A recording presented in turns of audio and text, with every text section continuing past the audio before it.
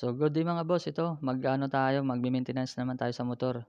So, ang ime-maintenance ko diyan mga bossing is yung preno ko sa likod dahil nahihinaan ako ngayon sa preno ko. So, iche-check ko lang kung ano ba ang dahilan tsaka tingnan natin kung magagawa natin ng diskarte para kumapit yung pinaka-ano natin preno sa likod. So, ayan nilalagay ko muna ng langis bago ko tanggalin yung nut para 'pag tinanggal natin, sumasama yung langis sa thread at malalagyan niya habang tinatanggal natin.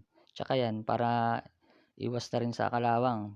Kasi ngayon tag-ulan ngayon mga boss kaya ingat talaga tayo, talagang malakas mga lawang yung ulan. Kakapit sa ano natin yung mga bakal-bakal ng motor. So diyan mga bossing nakita niyo yung brake shoe ko, plain lang siya 'no. Pero 'yan rebonding pa rin yan mga boss, bonding lang 'yan, walang ano 'yan, hindi 'yan aftermarket. Tsaka yung brake shoe housing ko 3 years na 'yan, simula nung nabili ko yung motor 3 taon na 'yan, walang palit-palit. Ang ginagawa ko lang 'pag maupod yung pinaka-lining yung sa preno ko, bonding lang mga boss. So, walang ano 'yan, palit-palit gano'n pa rin, yung lining lang pinapalitan ko diyan. Diyan nakita yung ihi ko mga boss 'no, yung lagyan natin ng grasa nakaraan gano'n pa rin, talagang magrasa. So, high temp talaga ilalagay niyo do'n para importante, para talagang hindi kakapitan o matutuyo agad ng bumabiyahe tayo. So, diyan mga boss, eh, eto na, ang ginawa ko diyan ginamitan ko na ng lagaring bakal. Diyan sa bawat lining sa direksyon natin is 3 hiwa 'yan, lalagyan ko ng 3 hiwa. 'Yan, lagaring bakal yung ginamit ko diyan mga boss. Tapos yung bonding ko, yung pinaka-lining ko diyan is rubberized type 'yan mga boss, hindi yung ceramic.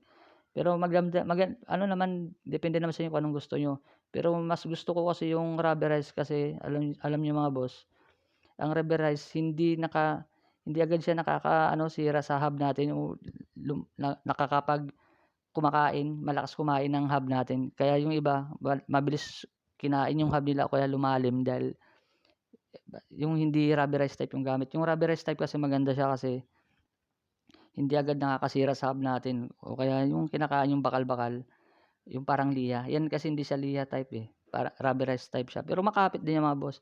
Ay ito lang kaya ginawan ko siya ng paraan, kaya nahinaan ako dahil ano, yung wala kasing guhit. So ito diskarte 'to mga boss, matagal na 'tong mga diskarte na 'to. Pero kahit bumili ka naman ng aftermarket, 'di ba may mga guhit na. Ito kasi yung pinabonding ko, sinubukan ko muna hindi ko palagyan ng ano, dun sa gumagawa sabi ko, "Wag lagyan ng guhit, te-testing ko lang."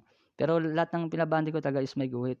Ngayon lang sinubukan ko, pero ibang-iba talaga yung may guhit kaysa plain lang na lining yung walang ganyan. Maganda yung kapit talaga 'pag may guhit. So, diyan sa paghiwa naman mga boss, 'wag yung sagarin, yung putol na putol na paghiwalayin yung lining. Basta alam niyong malalim na ta's meron pa ring dugtong sila sa ano, pinakaano niya, may contact pa rin sila. 'Wag niyong putulin. 'Yan, 3 guhit lang 'yan mga boss.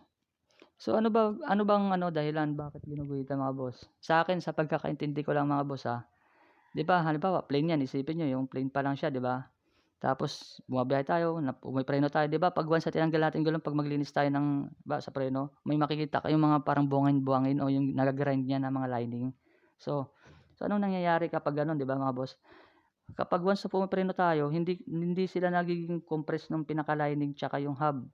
Kasi nga humaharang yung mga buwangin-buwangin na yun. So, 'pag pumipreno tayo may buhangin. So, ang buhangin tuloy siya yung nakakapagharang sa lining tsaka sa hub natin kaya hindi agad siya kumakapit ng talagang intact o compress na compress sila na magko-contact sila ng dalawa nung lining tsaka ano kasi nga humaharang yung mga buhangin.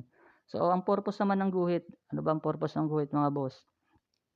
Ang purpose naman ng guhit kaya ginuhitan natin o hiniwaan natin ng 3 'yan, para yung mga pino o yung mga naga-grind niyang mga lining is napupunta diyon, naiipon.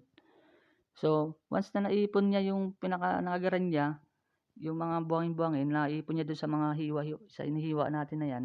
So, ang tendency mga boss yung brake lining natin tsaka yung hub is talagang intact sila na ano sila, nagko-contact point sila 'pag pumipreno tayo. Kaya 'pag pumreno tayo talagang kapit, 'di ba? Oh, so 'yun ang pagkakaintindi mga boss. Pero 'yan, kahit may guhit na 'yan, halimbawa talagang bumabiyahe kayo araw-araw, talagang 'yun ang hanap buhay niyo, so siguro every week maglilinis pa rin kayo kasi once na mapuno naman 'yang ginawa natin ng hiwa, mapuno ng mga naga-grind o yung mga parang liha-liha o kaya buwangin-buwangin. So 'pag umapaw 'yan, do'n na naman ano na naman sila, problema na naman sa preno natin sa hub, humaharang. So ang gawin niyo every week maintenance kayo para maitapon natin yung lining o mga yung dumi-dumi na 'yun.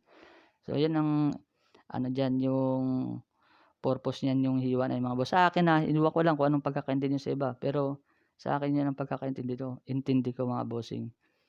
So ayan mga boss, nahiwa na natin, ito na lang isa na naman ay ano natin tatapusin. So dito mga boss, ano lang 'to, diskarte lang. Pero itong diskarte na 'to talagang ano, 100% meron talaga siyang improvement sa preno natin. Talagang maganda siya mga boss. Kasi sinubukan ko yun 'di ba, ayun nga kanina nakita niyo naman wala namang guhit. Nahihinaan talaga ako, pero makapit pa naman siya kaso hindi talaga gano'n kakapit mga boss. Importante ganyan pa rin, mas maganda may hiwa. So diyan mga bossing, ayan tapos na. So ito, yun lang naman tips ko lang sa inyo yan mga boss na discarding ano lang 'to para iwas tayo disgrasya sa motor natin. Yun lang mga boss, salamat. Thank you, thank you.